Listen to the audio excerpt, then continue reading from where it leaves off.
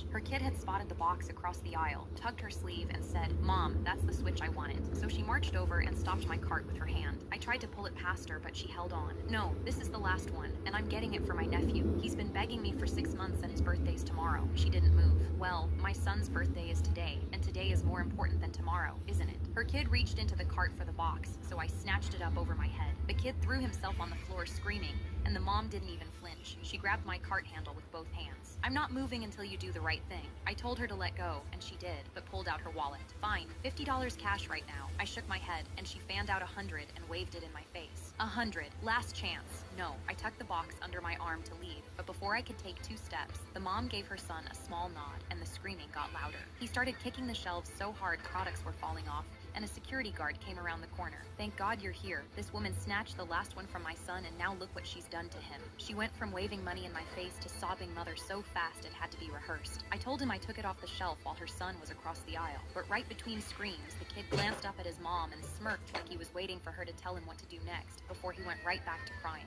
A few seconds later, the kid peeked through his fingers to check if anyone was still falling for it. The mom grabbed a woman next to her by the elbow. Can you believe this? She won't give a child his birthday present. But the woman had been watching the whole act and pulled her arm free. The mom whipped around to the guard screaming about discrimination, but he'd been standing right there the whole time. "Ma'am, I've been standing here the whole time and your son's not fooling anyone. You need to leave." She grabbed her kid off the floor and stormed toward the exit, screaming about corporate. She caught her foot on the door ledge on the way out and went down hard. Her son stood over her completely calm, wiped the tears off her cheeks and said, "Mom, it's okay. We don't need to pretend anymore. Let's try Walmart." Mom wrote "no dating until college" on our family rules chart and stuck it to the fridge, saying relationships were academic suicide. I thought she was bluffing until I was at my best friend's birthday party, and she showed up to drag me home because a boy appeared in someone's Instagram story. She lectured me the entire drive home and grabbed her pill bottle off the counter. "I'm so tired. You're gonna put me in an early grave." But that didn't stop her from scrolling through my messages and making me FaceTime her from every hangout to prove I was only with girls. The worst part was, I got straight A's. So every semester, Mom would tap the fridge and say, "See, the rule works." That rule stayed on the fridge for 2 years, until a boy named Harvey sat next to me in math class. He asked me for help studying in the mornings, and Mom allowed it the second I showed her his report card. We'd meet at the school library, where we'd spread our textbooks across the same table,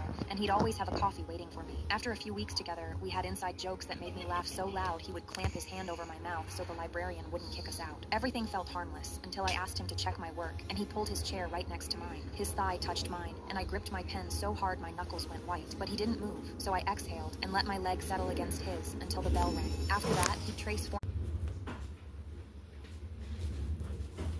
and we'd hold hands under the table. Then one day, he kissed me in the parking lot, and we started dating. I started coming home smiling and humming, and my mom noticed.